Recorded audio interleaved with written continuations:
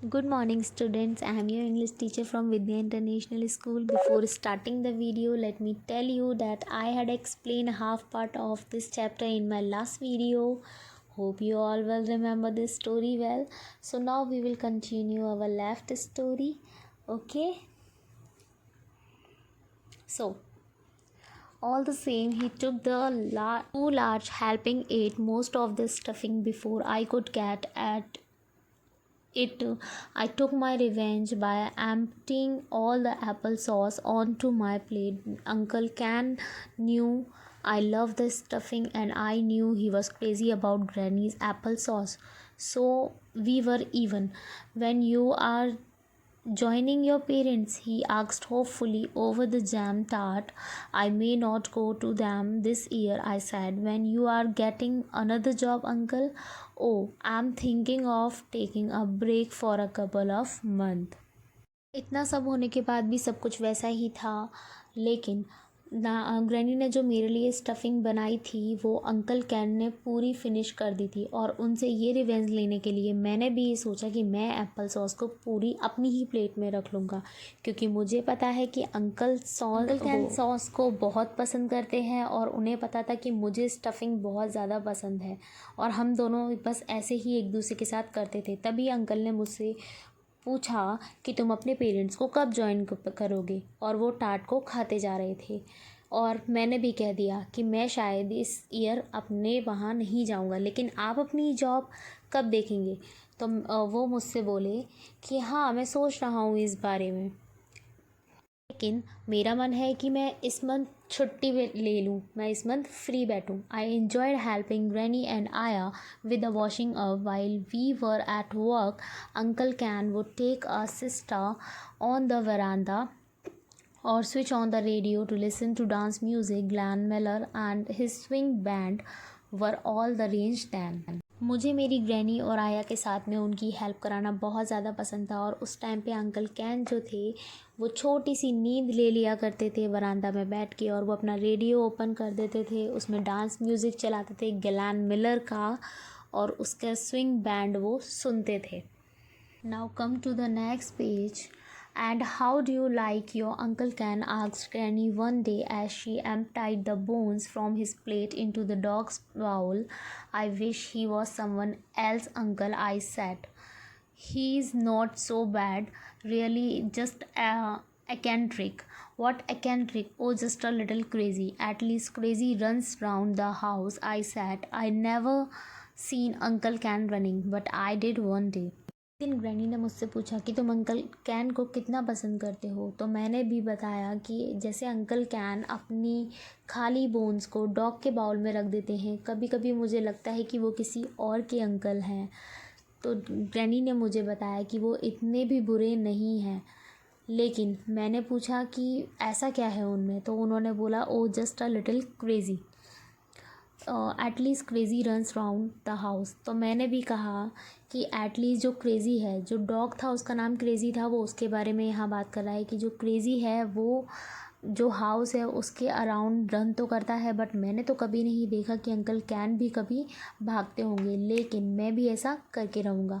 Mohan and I were playing marbles in the shade of mango grove when we were taken aback by the sight of Uncle Can charging across the compound, pursued by a swarm of bees. He had been smoking a cigar under a silk cotton tree, and the fumes had disturbed the wild bees in their hive directly above him.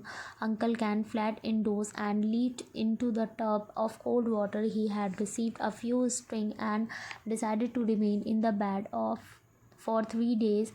Aya took his meals to him on a tray. I didn't know Uncle Can could run so fast, I said later that day.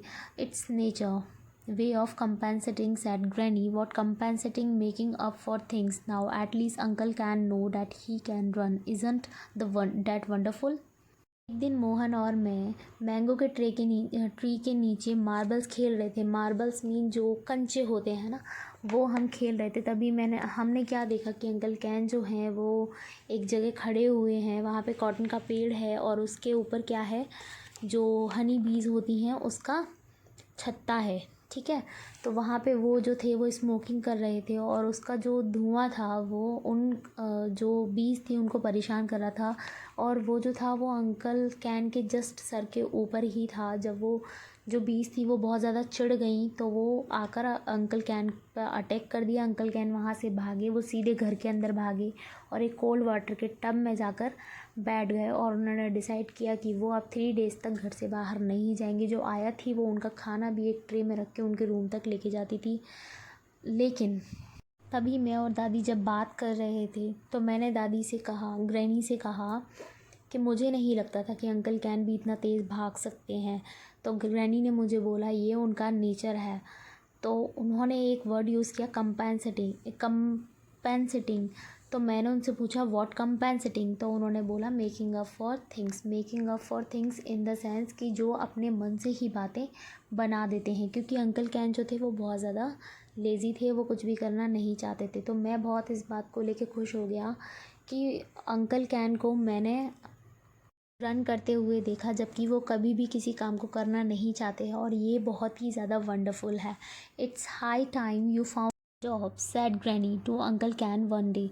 There are no jobs in Dara, complained Uncle Can. How can you tell?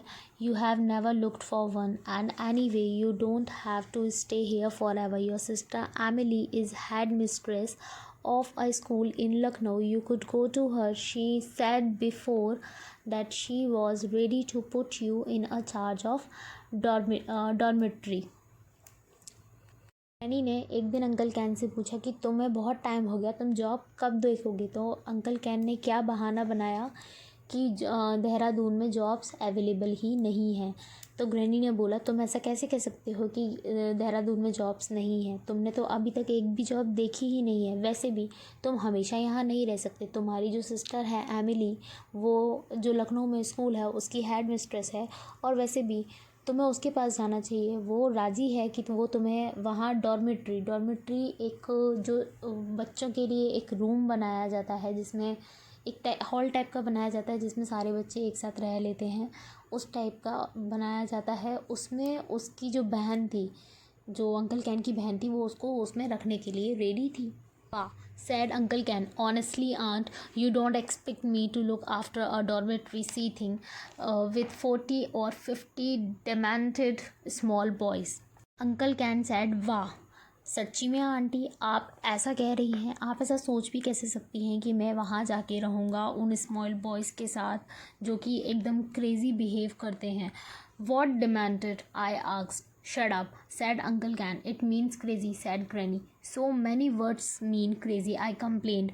Why don't we just say crazy? We have a crazy dog, and now Uncle Can is crazy too. Uncle Can clipped me over my ear, and Granny said, your uncle isn't crazy. So don't be disrespectful. He is just lazy. मैंने पूछा demented क्या है, तो uncle can ने मुझे बोला shut up. तो granny ने बोला इसका मीन है क्रेज़ी। तो मैंने कंप्लेन की कि क्रेज़ी के तो बहुत सारे मीन होते हैं और हम क्यों ना बोलें क्रेज़ी, हमारे पास तो क्रेज़ी डॉग भी है और अब तो जो अंकल कैन है वो भी क्रेज़ी हैं। अंकल कैन को ये सुन के बहुत ज़्यादा गुस्सा आया और उन्होंने मुझे मेरे कान पे चाटा मार दिया। तभी ग्रैनी ने मुझसे कहा योर अंकल इज़न्ट क्रेज़ी, तुम्हारे अंकल क्रेज़ी नहीं हैं, तो उनके साथ बदतमीज़ी मत करो। वो सिर्फ क्या है, लेज़ी हैं। मतलब समझे आप कि जो अंकल कैन थे वो किसी भी काम को करना नहीं चाहते थे, इसलिए वो हमेशा तरह तरह की बातें बना दिया करते थे। Hope you all understand this story well, and if anyone have any problem you can ask to me, and here is a task for you that you have to solve these question which is given in a pink box in the middle of chapter, and I will not explain these question to you. You have to give me an answer about your thinking yourself about chapter. Thank you. Stay home, stay safe.